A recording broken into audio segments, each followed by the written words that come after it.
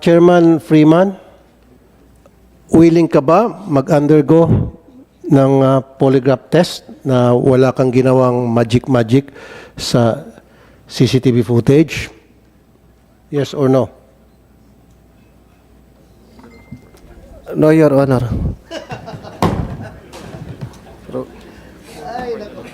Alam na this, sabi pa nila.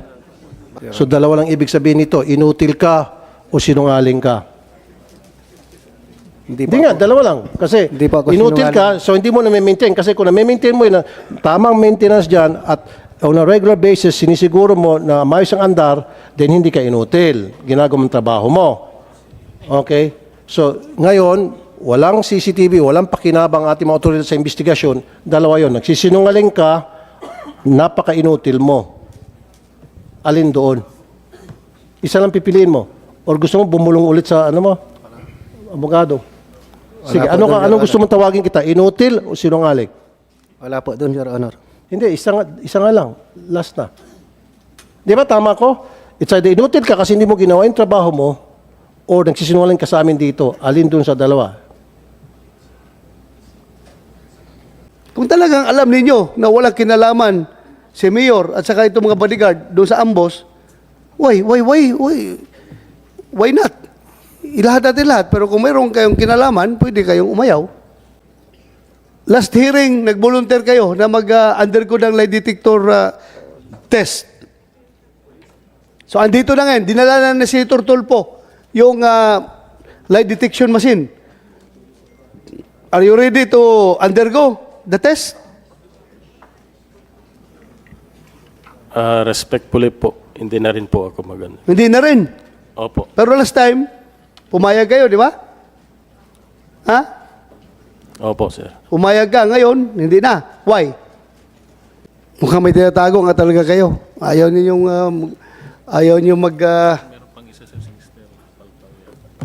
yung isa pa. Bodyguard, magpalay detector test ka? Hindi na rin po. Hindi na rin. Hindi po. Pero last time, nagsabi ka na magpalay detector test ka. Opo. Nag-oo ka last time, di ba? Opo. O ngayon, ayaw mo na rin dahil advice ng abogado. Opo. Opo. Kayo mga abogado ni Mayor, ha? Kung talagang deep inside your heart, alam nyo na inosente yung grupo ni Mayor. Kung inosente talaga sila, alam mo, mas maganda on your part kung magpalay detector test sila. Kasi nag-volunteer man sila. Kung talagang alam ninyo na walang kinalaman si Mayor at saka itong mga bodyguard doon sa ambos, why not? Ilahat natin lahat. Pero kung mayroon kayong kinalaman, pwede kayong umayaw. That's the public perception that will develop and is developing right now because of your pabago-bagong posisyon. Nung una, wala pang advice sa abogado, okay, palay detector test kami, sir. Tapos ngayon, na-advise na ng abogado, ayaw na. So, ano magiging public perception diyan? May tinatago kayo. Alam mo, kung wala kayo tinatago, by all means, malinis ang konsensya ko. Wala kaming tinatago. O sige, magpalay detector test kami. Kuha natin, bumaligtad yung ayaw na magpalay detector. Pinapadala ka pa ng lie detector test dito. Tapos ngayon, na-advise ng abogado, ayaw na. But, Actually, nahulaan ko na yon, Mr. Chair. Talagang umuulan dito para hindi siya mapahiya. And then, marami na akong ganong klaseng mga kaso na later on, pag nandyan na atras. thank you for that, Senator Tulfo. We will take that up later. Si Barangay Kapitan. Yes, Kap. Narinig mo yung allegation kanina? Hindi po. Sinabi ni Mrs. Alameda? Yes, Your Honor. Yes, go ahead. Anong masasabi mo doon?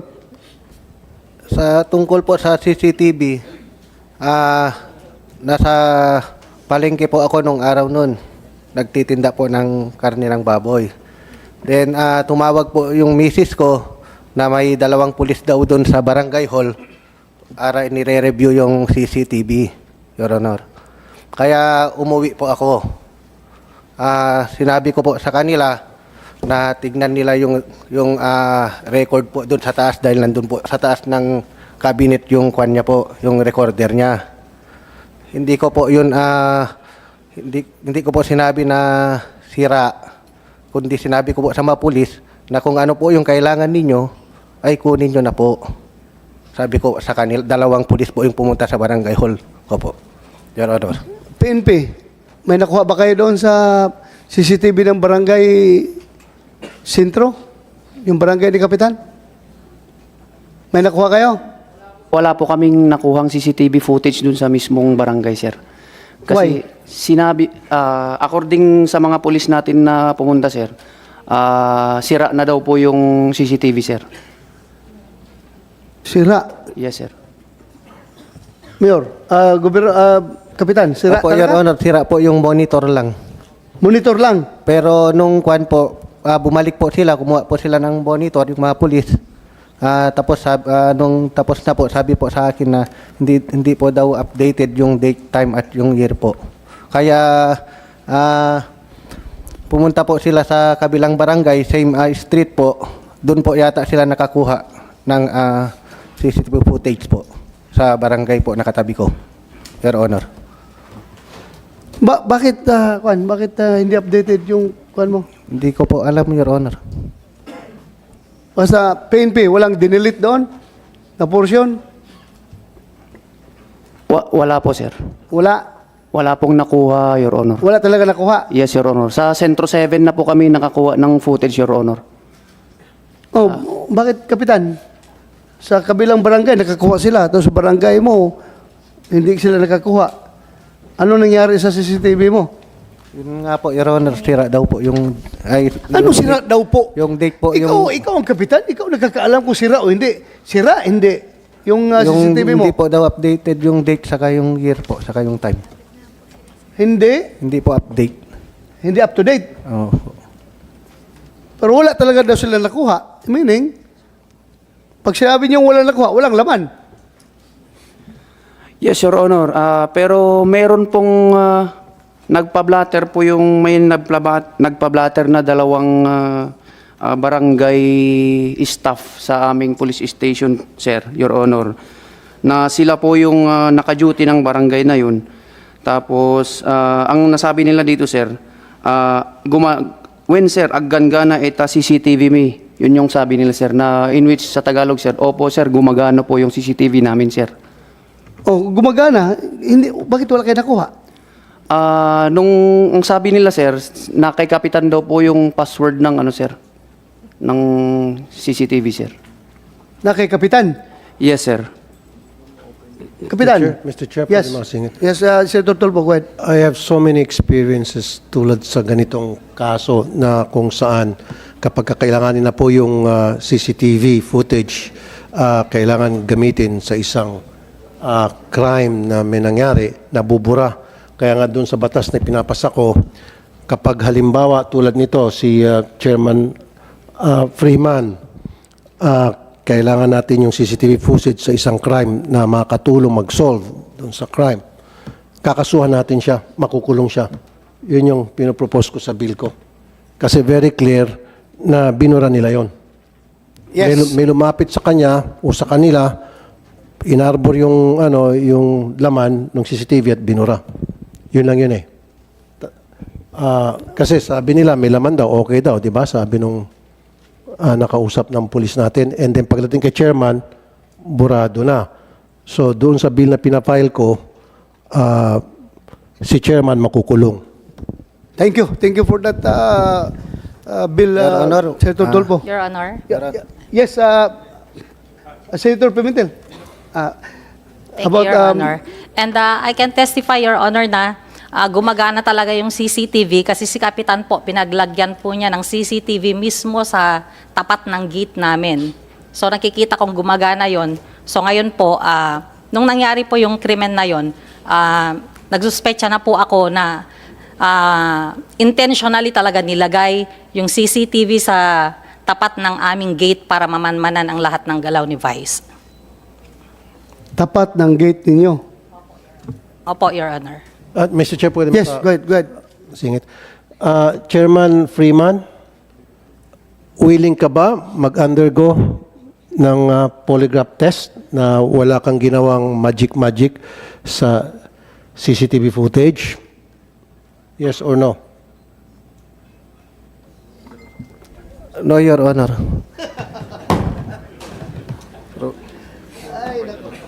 Alam na this, sabi pa nila. Mag-file na lang po sa court, Ano po? Your Honor. Bakit no? Gusto ko lang malaman. Curious lang kami. Although karapatan mo yan, kasi wala namang pilitan, voluntary to. At hindi naman tatanggapin din sa korte yung resulta ng polygraph test. Gusto ko lang malaman, curious lang ako, bakit? Kasi usually kapag ikaw ay malinis ang konsensya mo at gusto mong makatulong para mapaayos yung imahe mo, ay kung talagang inosente ka, mag-oo ka, di ba? Parang ako, kung wala akong kasalanan, gusto ko malaman ng buong mundo, malinis ako, I will submit myself to a polygraph test. Ikaw, ayaw mo, bakit? At kailangan pang bumulong ang iyong abogado. Proper proceeding na lang po, Your Honor. Ano po? Proper proceeding na lang po, Your Honor. Ano po? Proper Proceeding na lang po, Your Honor. proceeding? Proper proceeding naman to. Senate hearing to. Ano mo ibig mo sabihin? This is an improper proceeding? Sa proper proceeding ka na lang? Ayan na. Sa court lang po, pwede mag-determine ng guilt ko po. Hindi, kasi Chairman, yeah, I know. Sabi ko sa kanina, voluntary ito. At yung resulta ng polygraph test, hindi tinatanggap sa korte. Nagets mo? Now, kung gusto mo maklear yung pangalan mo, makatulong itong polygraph test. This will clear you kung talagang inosente ka. Kasi dun sa polygraph test, malalaman kung ikaw ay nagsisinungaling o hindi.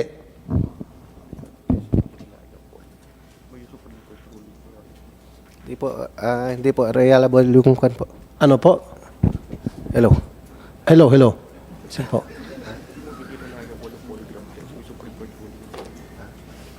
Bulong Pamor. Hindi po reliable yung kwan, yung Hindi polygraph test reliable. po, Your Honor. Ginagamit ito ng different authorities natin. Ginagamit ito ng NBI, PNP, FBI, CIA, ginagamit ito. So how can you say na it's not reliable? Sino ka ba para sabihin hindi reliable? Samantalang itong mga malalaking ahensya ng pamahalaan dito sa Pilipinas, maging sa abroad, Europe, US, ginagamit ito. Tapos ngayon, ikaw sasabihin mo, hindi reliable. Who are you to say that? Hindi po acceptable ng Supreme Court, Your Honor. Sinabi ko na nga sa'yo, hindi acceptable sa korte. Oo nga. Pero yung reliability, it's not for you to say that. Because you're not an expert. Pero I'm telling you, sa ibang bansa, nag-rely sila sa kanilang pag-iimbestiga para to ferry out the truth. Sabi ko na sa iyo, alam mo yung FBI, Federal Bureau of Investigation, ginagamit to ng FBI. Maging yung CIA, ginagamit to, Central Intelligence Agency. Sa Europe, ginagamit to. Law enforcement sa iba't ibang bansa, ginagamit to. Sa Japan, ginagamit to. Pag sa screening process, para bago ikaw ay maging pulis, dumadaan ka sa tinatawag na polygraph test doon sa mga recruits sa Japan. So, now you're saying na hindi reliable, sino ka? Kasi dito malalaman, Mr. Freeman, kapag ikaw ay sinalang sa polygraph test at inabot ka ng nervyos dahil meron ka kinakatakutan, doon malalaman na ikaw ay nagsisinungaling o hindi. Anyway, yes, so hindi ka papayag? Ayaw? Hindi po, Your Honor. Okay. Okay. Mr. Chairman, Yes, go ahead, Senator Pimentel. Abang kausap na natin si Barangay Captain Brian Freeman. Ano po yung barangay nyo, Kapitan? Barangay Guy Centro 6 po, Your Honor. Centro 6 yan, ang Apari. Okay. Si Vice Mayor Alameda ay residente ng barangay. Meron pa bang sa 6 na namatay in addition to the Vice Mayor na taga barangay niyo po, Centro 6? Wala na, Your Honor. Wala na si Vice Mayor. So, yung namatayan ka ng high profile constituent mo, resident mo, Vice Mayor nyo pa. So, gusto mo sigurong masolve itong krimen na to, Kapitan? Yes, Your Honor. Siyempre, ganyan dapat ang attitude. Namatayan ka as a Kapitan ano na mga kilos mo para nakita natin na gusto mong masolve itong krimen na ito? Pakiulit nga po, Your Honor. Ikaw, barangay captain ka, namatayan ka na isang residente, ambush pa, 6 ang patay, isa doon, residente mo, constituent mo. Kapitbahay ba? Kapitbahay mo. High profile yung pagkapatay. Ano pa, opisyalis pa ng bayan mo, mataas pa sa'yo, Vice Mayor. Siyempre, sabi mo, gusto nyo ito masolve, di ba? Ano na yung mga acts of cooperation mo na masasabi mo na nagpapakitang gusto mo masolusyonan itong krimen na ito? Willing po ako mag-participate sa court po, Your Honor. Pero yung, for example, yung hinihingihan ka lang ng mga CCTV footages na sana, hindi naman natin alam kung makakatulong o hindi, pero anong kinilos mo ron?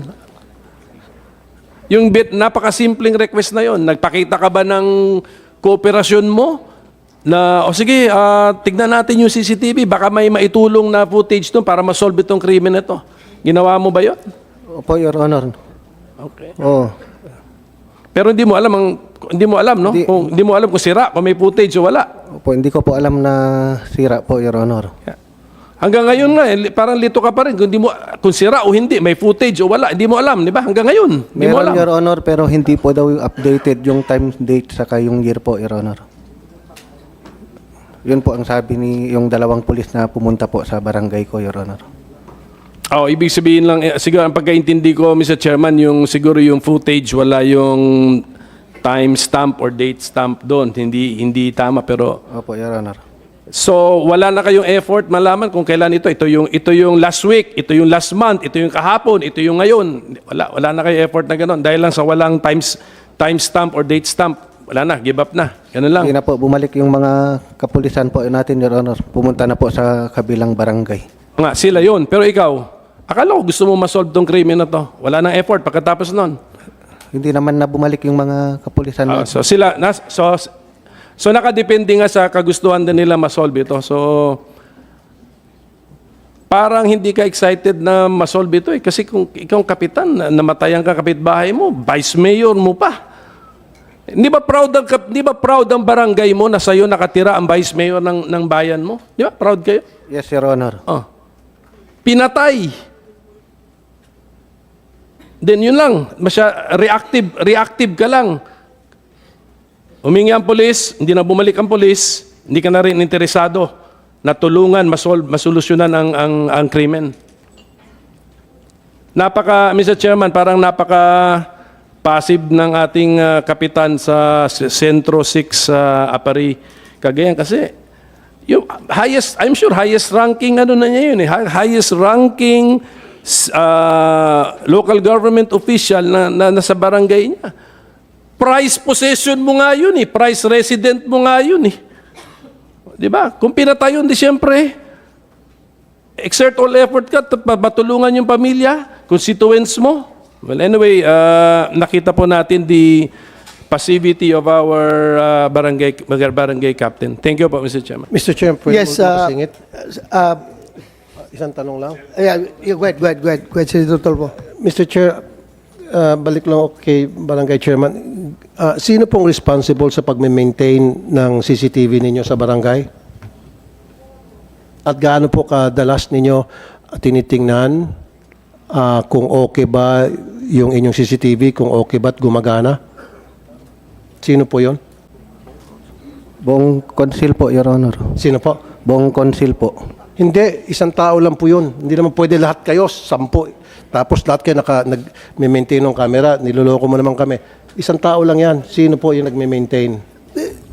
Senator Tolpo, the mere fact that sinabi ng police na may hawak ng password nung CCTV niya, si Kapitan, So siya lang ang magtitinker-tinker nung system na yan. Kasi siya lang may hawak ng password. I'm leading to that sana. Kasi narinig ko ang sinabi ng PNP natin. Nabubulo na nga siya, hindi niya masagot eh. So, i-shortcut na natin. So, ikaw yung responsible na yon. Tama? So, dalawa lang ibig sabihin nito. Inutil ka o sinungaling ka. Hindi Hindi nga, dalawa lang. Kasi Hindi pa ako inutil sinungaling. ka, so hindi mo na-maintain. Kasi kung na-maintain mo yun, tamang maintenance dyan at on a regular basis, sinisiguro mo na maayos ang andar, then hindi ka inutil. Ginagawa mong trabaho mo. Okay? So, ngayon, walang CCTV, walang pakinabang ating mga otoridad sa investigasyon. Dalawa yon. Nagsisinungaling ka, napaka-inutil mo. Alin doon? Isa lang pipiliin mo. Or gusto mo bumulong ulit sa ano mo? Abogado. Sige, Wala po doon, Your anong gusto mong tawagin kita? Inutil o sinungaling? Wala po doon, Your Honor. Hindi, isa nga lang. Last na. Di ba tama ko? It's either inutil ka kasi hindi mo ginawa yung trabaho mo or nagsisinungaling ka sa amin dito. Alin dun sa dalawa? Ako, all of the above. Mas salamat, Mr. Chair. Thank you, Senator Tulfo.